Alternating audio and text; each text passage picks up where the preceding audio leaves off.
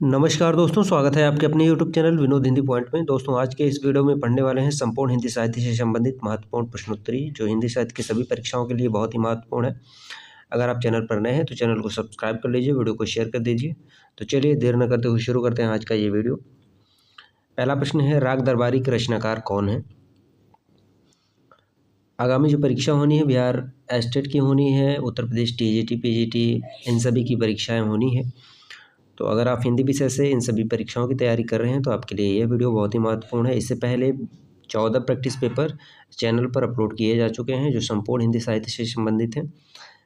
राग दरबारी के रचनाकार कौन है? तो इसका सही उत्तर हो जाएगा श्रीलाल शुक्ल की ये रचना है राग दरबारी, और यह जो है इनकी व्यंग्यात्मक कृति है। ठीक है, राग दरबारी जो है राजनीति पर कटाक्ष करने वाली कृति है। अगला प्रश्न है, हारे को हरिनाम शीर्षक काव्य ग्रंथ के रचनाकार कौन है? हारे को हरिनाम, तो इसका सही उत्तर हो जाएगा रामधारी सिंह दिनकर। हारे को हरिनाम शीर्षक काव्य ग्रंथ के रचनाकार हैं रामधारी सिंह दिनकर। रामधारी सिंह दिनकर को उर्वशी पर जो है ज्ञानपीठ पुरस्कार प्राप्त हुआ था 1972 ईस्वी में। 1972 ईस्वी में रामधारी सिंह दिनकर को ज्ञानपीठ पुरस्कार प्राप्त हुआ था। अगला प्रश्न है, मिलान करना है सूची 1 का सूची 2 से। मंगलसूत्र, तो ये प्रेमचंद का है। अपूर्ण उपन्यास है इरावती, जयशंकर प्रसाद का है, यह भी अपूर्ण है। आवारा मसीहा विष्णु प्रभाकर का है, जो शरद चंद्र के जीवन पर आधारित है। तमश भीष्म शाहनी का है। अगला है, पायो जी मैंने राम रतन धन पायो, प्रस्तुत पद की रचयिता कौन है? मीराबाई हैं। पायो जी मैंने राम रतन धन पायो। निम्नलिखित में से किस ग्रंथ के लेखक रामविलास शर्मा है?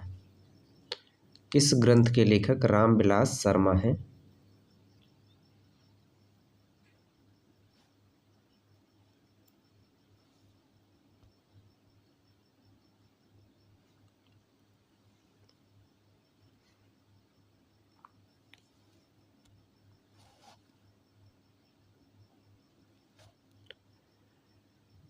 निम्नलिखित में से किस ग्रंथ के लेखक रामविलास शर्मा हैं? तो इसका उत्तर हो जाएगा भारत में अंग्रेजी राज और मार्क्सवाद। इस ग्रंथ के लेखक हैं रामविलास शर्मा। भारत में अंग्रेजी राज और मार्क्सवाद। संस्कृत के 4 अध्याय रामधारी सिंह दिनकर का है। कविता के नए प्रतिमाम, ये नामवर सिंह का है। राग दरबारी अभी हम पढ़ चुके हैं, राग दरबारी श्रीलाल शुक्ल का है। तो भारत में अंग्रेजी राज और मार्क्सवाद, ये रामविलास शर्मा का आलोचना ग्रंथ है। संशय की एक रात के लेखक कौन है? संशय की एक रात के लेखक कौन है? नरेश मेहता। संशय की एक रात के लेखक हैं नरेश मेहता। यह जो है संशय की एक रात प्रभु श्री राम के जीवन पर आधारित है।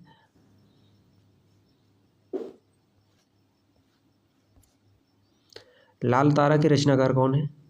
लाल तारा के रचनाकार कौन है? रामवृक्ष बेनीपुरी। लाल तारा के रचनाकार है रामवृक्ष बेनीपुरी। गेहूं और गुलाब भी इन्हीं की रचना है। चंडी चरित्र किसकी विशिष्ट साहित्यिक रचना है? चंडी चरित्र गुरु गोविंद सिंह। परीक्षा कोई भी हो, ज़्यादा से ज़्यादा प्रैक्टिस करना जो है बहुत ही महत्वपूर्ण होता है किसी भी परीक्षा को निकालने के लिए। तो आप प्रैक्टिस करते रहिए। प्रैक्टिस के लिए इस चैनल पर निरंतर आपको एक वीडियो मिलेंगे जिसमें 100 प्रश्न होंगे संपूर्ण हिंदी साहित्य से संबंधित। तुलसीदास चंदन घिसै के लेखक कौन है? तुलसीदास चंदन घिसै हरिशंकर परसाई। यह एक व्यंग्य लेखक हैं हरिशंकर परसाई, और इनकी तुलसीदास चंदन घिसै जो है यह इनकी व्यंग्य परक जो है रचना है। तुलसीदास चंदन घिसै। रजिया बेगम किसकी रचना है? रजिया बेगम किसकी रचना है? तो इसका उत्तर हो जाएगा किशोरीलाल गोस्वामी। रजिया बेगम किशोरीलाल गोस्वामी का उपन्यास है। चतुरी चमार उपन्यास किसका है? चतुरी चमार ये उपन्यास किसका है? निराला का है। चतुरी चमार निराला का उपन्यास है और निराला का एक अपूर्ण उपन्यास है चोटी की पकड़। चोटी की पकड़ निराला का अपूर्ण उपन्यास है। और इसके साथ साथ जो है प्रभावती है, इनका बिल्लेसुर बकरिया है, कुल्ली भाट है, ये सभी निराला के उपन्यास हैं। आचरण की सभ्यता निबंध के लेखक कौन है? आचरण की सभ्यता अध्यापक पूर्ण सिंह। आचरण की सभ्यता निबंध के लेखक हैं अध्यापक पूर्ण सिंह। इसके अलावा इनके और भी निबंध हैं। सच्ची वीरता है, मजदूरी और प्रेम है, कन्यादान है, अमेरिका का मस्त योगी वॉल्ट हिटमैन है, ये सभी निबंध जो है सरदार पूर्ण सिंह के हैं। सुलोचना निबंध संकलन है। सुलोचना निबंध संकलन किसका है? तो ये जो है भारतेंदु हरिश्चंद्र का है। सुलोचना निबंध संकलन भारतेंदु हरिश्चंद्र का है।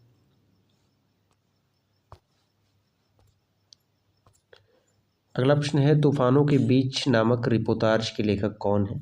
तूफानों के बीच। तूफानों के बीच नामक रिपोर्टाज के लेखक है रांगे राघव।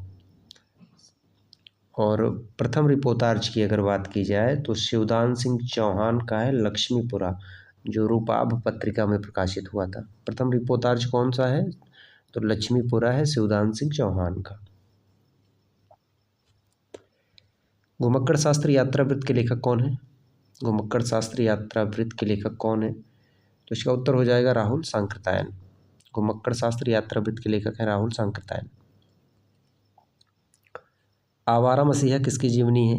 ये एक ऐसा प्रश्न है जो लगभग हिंदी साहित्य की सभी परीक्षाओं में पूछा जाता है। आवारा मसीहा किसकी रचना है? आवारा मसीहा किसके जीवन से संबंधित है?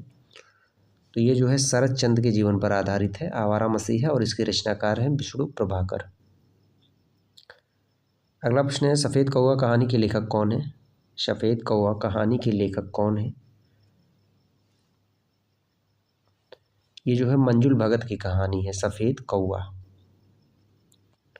संदेश राशक के रचयिता कौन है?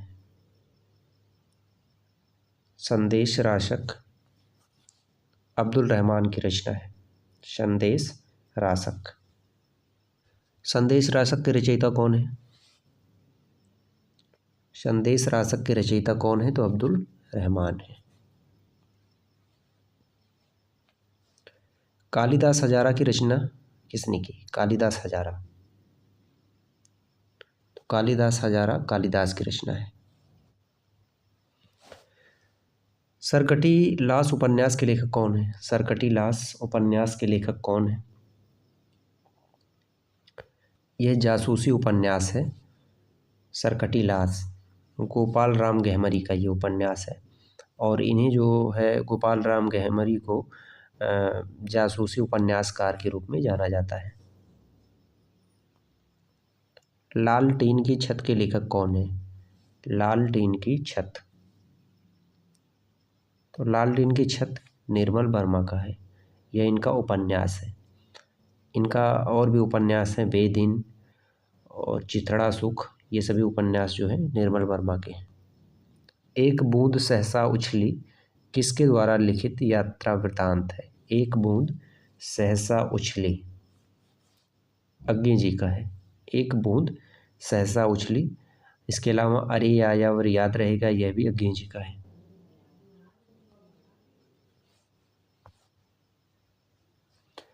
अगला प्रश्न है इनमें से कौन द्विवेदी युग का कवि नहीं है? कौन द्विवेदी युग का कवि नहीं है? तो सोहन लाल द्विवेदी जो है यह द्विवेदी युग के कवि नहीं है। ठीक है, सोहन लाल द्विवेदी युग के कवि नहीं है। यह नवयुग राष्ट्रीय चेतना के अग्रदूत के रूप में जाने जाते हैं सोहन लाल द्विवेदी को, और यह जो है गांधीवादी कवि के रूप में इन्हें जाना जाता है सोहन लाल द्विवेदी को। धनिया और झुनिया प्रेमचंद के किस उपन्यास के पात्र हैं? धनिया और झुनिया प्रेमचंद के किस उपन्यास के पात्र हैं? तो ये गोदान के पात्र हैं। धनिया जो है गोदान उपन्यास के प्रमुख स्त्री पात्र हैं और झुनिया जो है गोबर की पत्नी है। गोदान मुंशी प्रेमचंद जी का अंतिम उपन्यास है जो 1936 ईस्वी में लिखा गया, जिसे कृषक महाकाव्य के रूप में जाना जाता है। और इनके अन्य पात्र और भी हैं, जो प्रमुख पात्र है होरी, हीरा, गोबर, धनिया, झुनिया, राय साहब और भोला, ये सभी जो है गोदान के पात्र हैं। बाल मुकुंद गुप्त रचित निबंध संग्रह का नाम है। बाल मुकुंद गुप्त द्वारा रचित निबंध संग्रह का क्या नाम है? शिव शंभू के चिट्ठे। बाल मुकुंद गुप्त द्वारा रचित निबंध संग्रह का नाम है शिव शंभू के चिट्ठे। आचार्य महाबली प्रसाद द्विवेदी द्वारा सरस्वती पत्रिका का संपादन भार्य ग्रहण किया गया था। महाबली प्रसाद द्विवेदी द्वारा सरस्वती पत्रिका का संपादन भार कब ग्रहण किया गया था? तो 1903 ईस्वी। 1903 ईस्वी से लेकर के 1920 ईस्वी तक जो सरस्वती पत्रिका का कार्यभार था वह आचार्य महावीर प्रसाद द्विवेदी ने संभाला था। अगला प्रश्न है, हिंदी साहित्य का पहला इतिहास लिखा गया था। हिंदी साहित्य का पहला इतिहास किस भाषा में लिखा गया था? तो यह जो है फ्रेंच भाषा में लिखा गया था। और उस इतिहास का नाम क्या था? तो इस्तवार दल्ला लित्योर इंदुई ये हिंदुस्तानी, गारसा दत्तासी का यह ग्रंथ था। ठीक है, जिसमें 752 कवियों का वर्णन किया गया है। हिंदी का पहला पत्र उदंत मार्तंड का प्रकाशन भूमि है। उदंत मार्तंड, तो ये कलकत्ता से प्रकाशित होती थी उदंत मार्तंड। ठीक है, और इसके जो संपादक थे जुगल किशोर थे। प्रकाशित होने का जो वर्ष था 1826 ईस्वी। ठीक है, 1826 ईस्वी कलकत्ता से। आधुनिक हिंदी साहित्य के इतिहास में राजाद्वय के नाम से विख्यात दो रचनाकार हैं। दो रचनाकार कौन है जो राजाद्वय के नाम से विख्यात हैं? राजा लक्ष्मण सिंह और राजा शिव प्रसाद सितारे हिंद। यह दो नाम ऐसे हैं जो राजाद्वय के नाम से विख्यात हैं। आधुनिक हिंदी साहित्य के इतिहास की बात हो रही है। राहुल संकृतायन की आत्मकथा का क्या नाम है? राहुल संकृतायन की आत्मकथा का क्या नाम है? मेरी जीवन यात्रा। ठीक है, मेरी जीवन यात्रा। क्या भूलूं क्या याद करूं, यह हरिवंश राय बच्चन का आत्मकथा है। और राजा लक्ष्मण सिंह जो है, इन्होंने शकुंतला नाटक का अनुवाद किया है। ठीक है, अभिज्ञान शाकुंतलम का जो है कालिदास का नाटक है और उसका जो है हिंदी अनुवाद इन्होंने किया है राजा लक्ष्मण सिंह ने।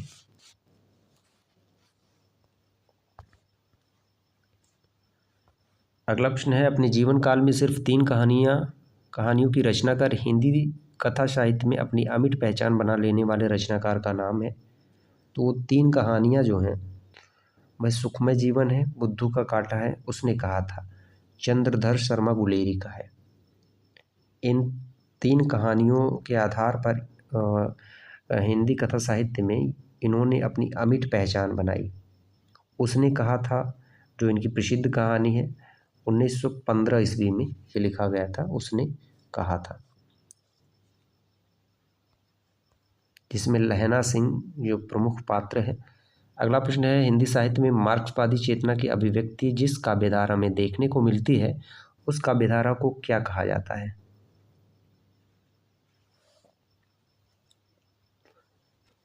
प्रगतिवाद कहा जाता है। प्रगतिवाद कहा जाता है। प्रगतिवाद में जो है मार्क्सवादी चेतना देखने को मिलती है। ठीक है, और इसे जो है कहीं कहीं प्रश्न में पूछा जाता है, द्वंद्वात्मक भौतिकवाद भी कहा जाता है। मार्क्सवादी चेतना या द्वंद्वात्मक भौतिकवाद ये सभी प्रगतिवाद में मिलते हैं। प्रगतिवाद साहित्य की मूल धारा जो है कार्ल मार्क्स की विचारधारा है।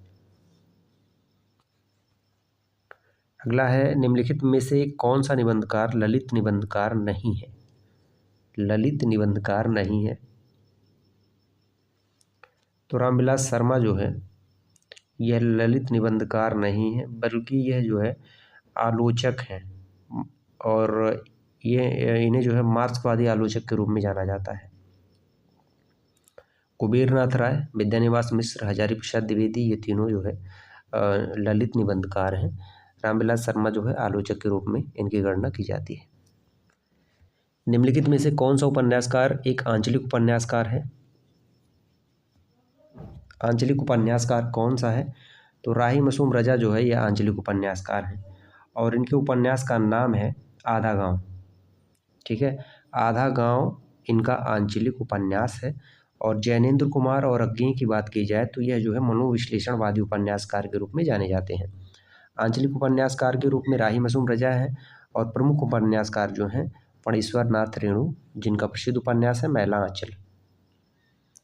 आधुनिक हिंदी साहित्य के द्विवेदी युग का नामकरण किस रचनाकार के नाम के आधार पर किया गया? महावीर प्रसाद द्विवेदी। महावीर प्रसाद द्विवेदी के नाम पर जो है द्विवेदी युग का नामकरण हुआ। बाणभट्ट की आत्मकथा है, बाणभट्ट की आत्मकथा की विधा क्या है? तो यह एक उपन्यास है। बाणभट्ट की आत्मकथा एक उपन्यास है जिसका प्रकाशन वर्ष है 1946 ईस्वी में, और यह हजारी प्रसाद द्विवेदी का उपन्यास है। हजारी प्रसाद द्विवेदी के और भी उपन्यास है, अनामदास का पोथा है, और पुनर्वा है, चारुचंद्र लेख है। ये सभी उपन्यास जो हैं हजारी प्रसाद द्विवेदी के हैं। अगला है प्रेमचंद के निम्नलिखित उपन्यासों को रचना वर्ष के सिलसिलेवार क्रम में सजाइए।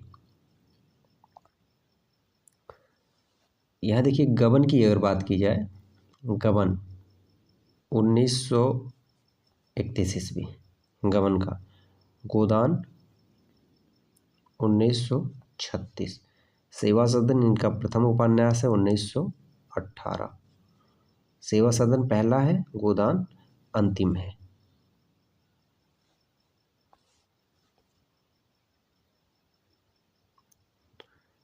आलेखंड का दूसरा नाम क्या है?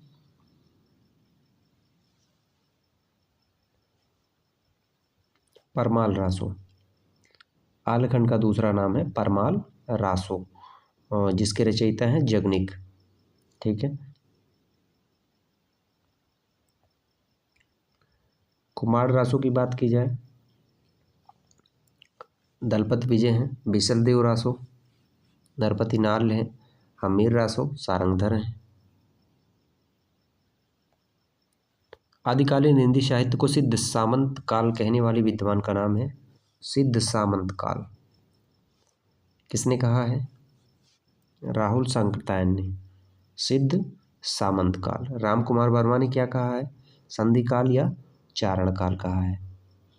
ठीक है, विश्वनाथ प्रसाद मिश्र, यह जो है EMRS की परीक्षा में पूछा गया था। विश्वनाथ प्रसाद मिश्र ने आदिकाल को जो है वीर काल कहा है। वीर गाथा मत समझ लीजिएगा, क्योंकि वीर गाथा काल रामचंद्र शुक्ल ने कहा है।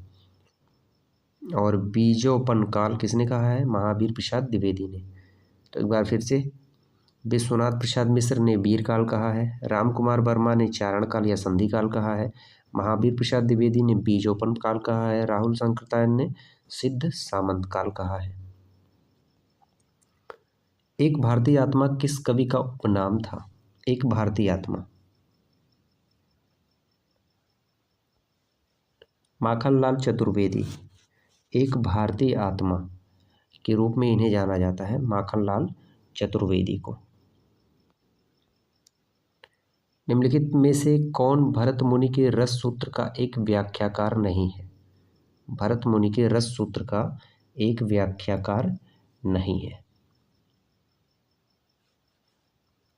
क्षेमेंद्र जो है ये भरत मुनि के रस सूत्र का व्याख्याकार नहीं है। क्षेमेंद्र किसके प्रवर्तक माने जाते हैं? तो औचित्य संप्रदाय के प्रवर्तक माने जाते हैं। औचित्य संप्रदाय के प्रवर्तक के रूप में जाना जाता है क्षेमेंद्र को। बनारसी दास जैन ने लिखी थी, बनारसी दास जैन ने लिखी थी, तो हिंदी की पहली आत्मकथा जो थी वह बनारसी दास जैन ने लिखी थी। हिंदी की पहली आत्मकथा का नाम था अर्धकथानक, और ये कब लिखा गया था? 1641 ईस्वी में। ठीक है, 1641 ईस्वी में लिखा गया था अर्थकथानक। भक्तिकाल को सबसे पहले किसने हिंदी साहित्य का स्वर्ण युग कहा? सबसे पहले हिंदी साहित्य का स्वर्ण युग भक्तिकाल को किसने कहा? तो जॉर्ज ग्रियर्सन ने कहा। मेरे राम का मुकुट भीग रहा है किसका ललित निबंध संग्रह है? मेरे राम का मुकुट भीग रहा है,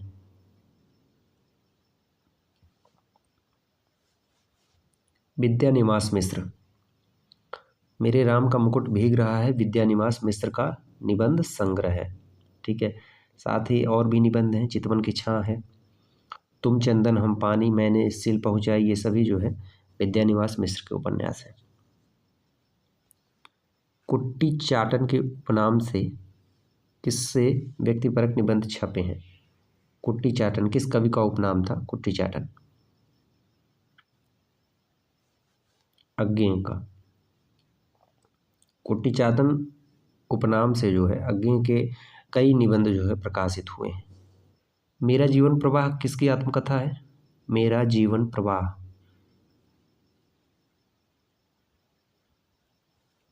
वियोगी हरि का है। मेरा जीवन प्रवाह ये वियोगी हरि का आत्मकथा है। विश्वामित्र नाटक के लेखक कौन है? विश्वामित्र नाटक के लेखक कौन है? उदय शंकर भट्ट। विश्वामित्र नाटक के लेखक हैं उदय शंकर भट्ट। प्रश्न अच्छे लग रहे हो तो वीडियो को शेयर कर दीजिए। चैनल पर नए हैं तो चैनल को सब्सक्राइब कर लीजिए। शेयर लाइक सब्सक्राइब का कोई चार्ज नहीं है, निःशुल्क है। हिंदी का प्रथम मौलिक उपन्यास कौन सा है? हिंदी का प्रथम मौलिक उपन्यास कौन सा है? तो परीक्षा गुरु है हिंदी का प्रथम मौलिक उपन्यास। और परीक्षा गुरु के रचनाकार कौन है? तो लाला श्रीनिवास दास है। ठीक है, लाला श्रीनिवास दास। भाग्यवती किसका है? तो भाग्यवती जो है श्रद्धाराम पुल्लहरी का है। और नूतन ब्रह्मचारी यह बालकृष्ण भट्ट का उपन्यास है। निर्मल वर्मा का चर्चित कहानी संग्रह है। निर्मल वर्मा का चर्चित कहानी संग्रह है परिंदे। परिंदे जो है निर्मल वर्मा का कहानी है। और परिंदे को हिंदी की पहली कहानी किसने माना है? 1960 ईस्वी में लिखा गया था, नामवर सिंह ने। सरस्वती पत्रिका के संपादक कौन है? सरस्वती पत्रिका के संपादक कौन है? हजारी प्रसाद द्विवेदी।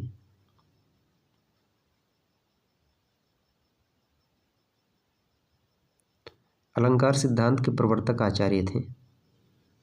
अलंकार सिद्धांत के प्रवर्तक आचार्य भामा।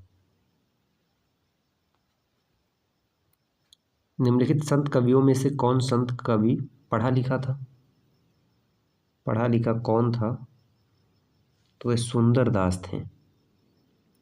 संत कवियों में सबसे शिक्षित कवि जो थे वह सुंदर दास थे। पद्मावत के अनुच्छेदों का नाम है?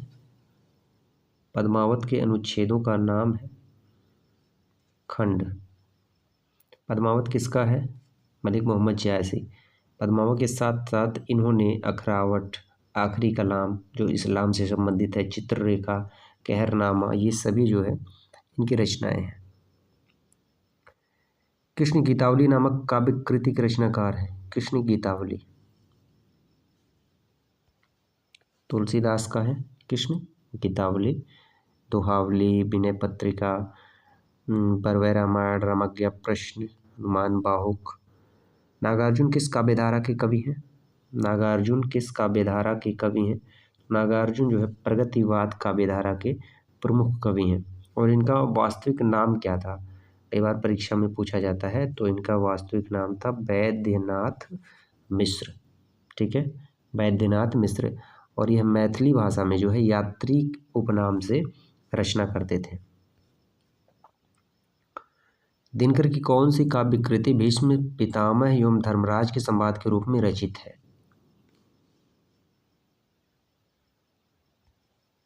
कुरुक्षेत्र। कुरुक्षेत्र जो है ये भीष्म पितामह एवं धर्मराज के संवाद के रूप में रचित है। निम्नलिखित में से कौन नवगीत के प्रसिद्ध उन्नायक कवि हैं? नवगीत के उन्नायक कवि कौन है? वीरेंद्र मिश्र। ठीक है, नवगीत के प्रसिद्ध उन्नायक कवि हैं वीरेंद्र मिश्र।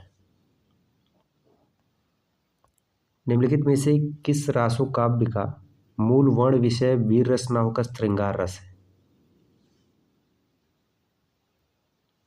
बीसल देव रासो का जो मूल वर्ण विषय है वह वीर रस नहीं है बल्कि श्रृंगार रस है। बीसल देव रासो है किसका? तो यह नरपति नाल्ही का है। ठीक है, कुमार रासो, दलपति विजय, पृथ्वीराज रासो चंद्रवरदाई, परमाल रासो जो है जगनिक का है जिसे आलेखंड के रूप में जाना जाता है। श्लेष अलंकार होता है, क्या है श्लेष अलंकार? शब्दालंकार। श्लेष अलंकार क्या है? तो शब्दालंकार जो है श्लेष अलंकार होता है। प्रत्येक में 4 शब्द दिए गए हैं जिनमें से 3 अनिकार्थक शब्द की श्रेणी में आते हैं। जो शब्द इस श्रेणी में नहीं आता वही आपका उत्तर है। 3 अनिकार्थक शब्द की श्रेणी में आते हैं, एक नहीं आता है, तो उसे बताना है कौन सा नहीं आता है। दूध, मधु, शहद, शराब, ये तीनों अनिकार्थक श्रेणी में आते हैं। ठीक है, इनमें से शुद्ध वाक्य कौन सा है? शुद्ध वाक्य कौन सा है? मेरे प्राण निकल गए, मेरा प्राण निकल गया, मेरा प्राण निकल गए, मेरे प्राण निकल गए, तो मेरे प्राण निकल गए, ये शुद्ध है। बुल्गा से गंगा किसकी रचना है? बुल्गा से गंगा ये किसकी रचना है? राहुल संकृतायन की है। बुल्गा से गंगा, इसकी विधा क्या है? तो यह कहानी है राहुल संकृतायन का। सतमी के बच्चे जीने के लिए बुल्गा से गंगा, ये सभी जो है राहुल संकृतायन की कहानी। जिहि सुमिरत सीधी होई, गेन नायक करिवर वदन, करहु अनुग्रह सोई, बुद्धि राशि शुभ गुण सदन। उपयुक्त पंक्तियों में कौन सा छंद है? जिहि सुमिरत सीधी होई, गेन नायक करिवर वदन, करहु अनुग्रह सोई, बुद्धि राशि शुभ गुण सदन। तो इसमें कौन सा छंद है? सोरठा है इसमें। ठीक है, इसमें सोरठा है।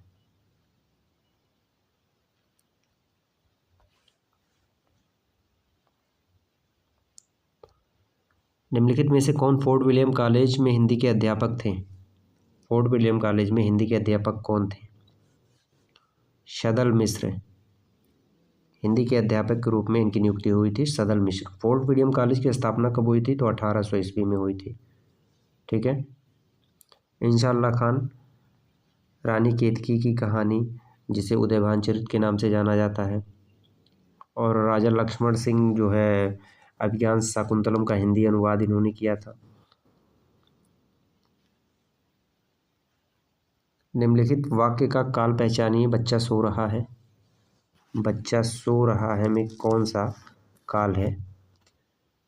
बच्चा सो रहा है अपूर्ण वर्तमान काल है, अपूर्ण वर्तमान काल है। दशरथ के पुत्र राम ने रावण को मारा, इस वाक्य में कौन सा पद कारक बनने की सबसे कम योग्यता रखता है? राम। दशरथ के पुत्र राम ने रावण को मारा, इस वाक्य में कारक बनने की सबसे कम योग्यता रखने वाला पद है राम। क्रिया के किस रूप में कर्ता के अनुसार लिंग परिवर्तन नहीं होता है? लिंग परिवर्तन नहीं होता है तो भूतकालिक रूप में जो है लिंग परिवर्तन नहीं होता है।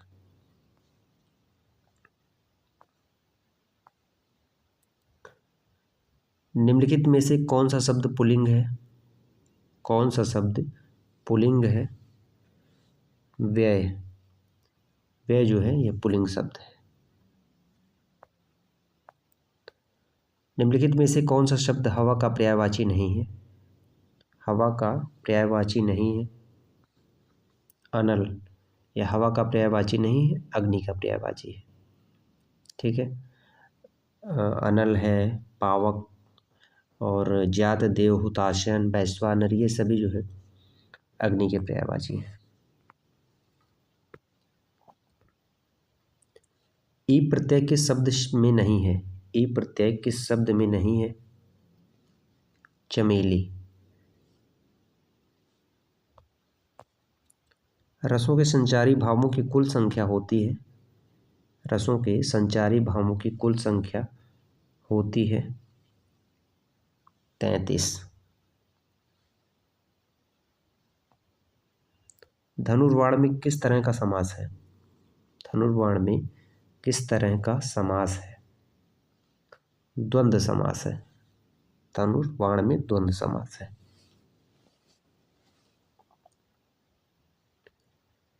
अनंत शब्द की सही संधि होगी। अनंत शब्द की सही संधि होगी अनधनंत। ठीक है, अनंत की सही संधि है और यह जो है व्यंजन संधि का उदाहरण है अनंत। रानी केतकी की कहानी के लेखक कौन है? रानी केतकी की कहानी के लेखक कौन है? तो इंशाअल्लाह खान है। रानी केतकी की कहानी का दूसरा नाम है उदयभान चरित्र। शैदल मिश्र की रचना का क्या नाम है? शैदल मिश्र की रचना का नाम है नासिकेतोपाख्यान। लल्लू लाल प्रेम सागर, इनकी रचना का नाम है। सदा सुखलाल की रचना का नाम है सुख सागर। सर्वनाम को कितने भेद होते हैं? सर्वनाम के कितने भेद होते हैं? तो सर्वनाम के जो है 6 भेद होते हैं।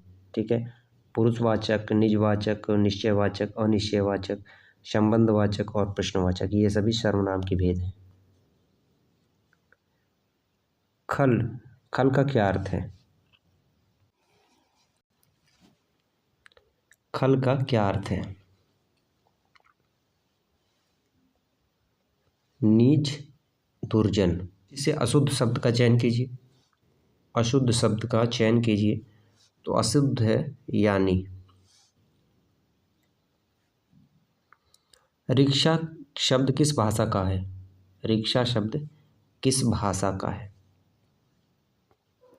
रिक्शा जो है जापानी भाषा का शब्द है। ठीक है। संस्कार शब्द में किस उपसर्ग का प्रयोग हुआ है? संस्कार किस उपसर्ग का प्रयोग हुआ है? तो सम उपसर्ग का प्रयोग हुआ है संस्कार में। जगत शब्द के चतुर्थी एक वचन का रूप है। जगत शब्द के चतुर्थी एक वचन का रूप है। जगते, चतुर्थी एक वचन का रूप है जगते। भगवान करे तुम जल्दी अच्छे हो जाओ उदाहरण है। भगवान करे तुम जल्दी अच्छे हो जाओ तो यह इच्छावाचक है। ठीक है, इनकी इच्छा है कि भगवान करे तुम जल्दी अच्छे हो जाओ। जहाँ न पहुँचे रवि वहाँ पहुँचे कवि, इसका क्या अर्थ है? कवि बहुत कल्पनाशील होते हैं। ठीक है, कवि बहुत कल्पनाशील होते हैं। चिंता एक है वाक्यांश में रिक्त स्थान की पूर्ति हेतु सही शब्द है। चिंता एक क्या है? चिंता एक आदि है। उत्साह शब्द का विशेषण है। उत्साह शब्द का विशेषण है। तो उत्साह का विशेषण है उत्साहित।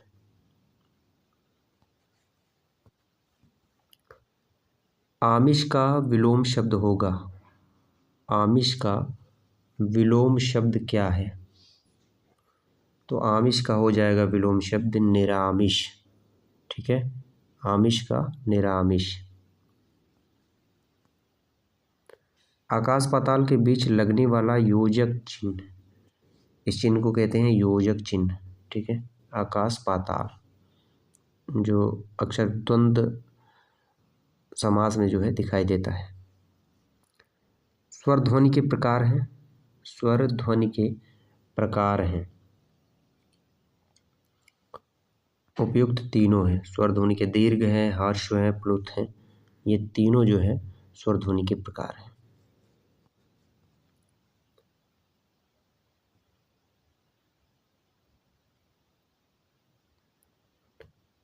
गंध का अर्थव्यंजक विकल्प कौन सा होगा? गंध,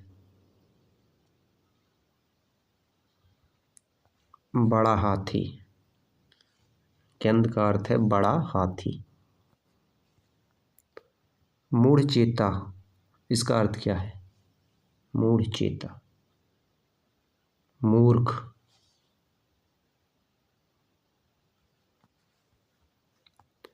प्रायोगिक, प्रायोगिक।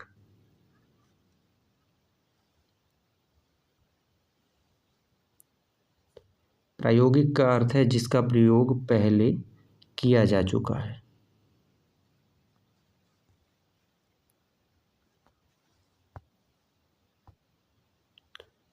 खिली हुई हवा आई, फिरकी सी आई, चली गई, इसमें कौन सा अलंकार है?